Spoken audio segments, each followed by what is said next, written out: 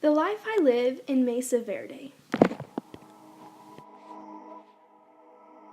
Every day since I was a little girl, I worked in the fields with my father.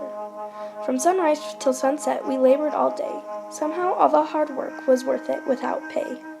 My name is Heywoodi Auja, and I'm a farmer. I've always helped my father since I was a little child. We worked on the mesa tops to grow rice, beans, and other vegetables. We provided food for our village. Houses, churches, and meeting areas were beautifully constructed. They were made out of stone. My father always told me stories of him and his father building our house. I have been a farmer since I knew what farming was, but recently I have been put in charge of growing crops all by myself. The crops have not been the healthiest this year, and I'm really concerned. I know it hasn't rained in a while, and that worries me. My father said if this drought continues, we will have to leave Mesa Verde and move somewhere else. I've never wanted to leave Mesa Verde. We have beautiful houses made of stone. They protect us from enemies, weather, and the harsh outdoors. They are built under overhanging cliffs called alcoves. I am part of the Anasazi tribe. We make baskets and pottery. We decorate them with cool designs. Also, we use them to store food and transport goods around the village. Father would tell me stories about how he developed farming. The Anasazi did not start off growing crops. They were hunter-gatherers when they came over from the Bering Strait. My father took seeds from a plant and decided to plant some of his own. This turned out into our farming system that we have today. We farm on top of the mesas. My normal day consists of waking up and tending to the crops. Sometimes I harvest, plant, water, or inspect to make sure they are healthy. I also deliver them to the village. We all have different jobs that help our community flow smoothly.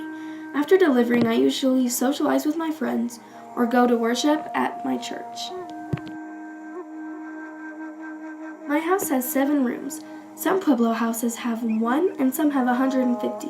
My mom, dad, 3 brothers, 1 sister, and grandparents all live in my Pueblo.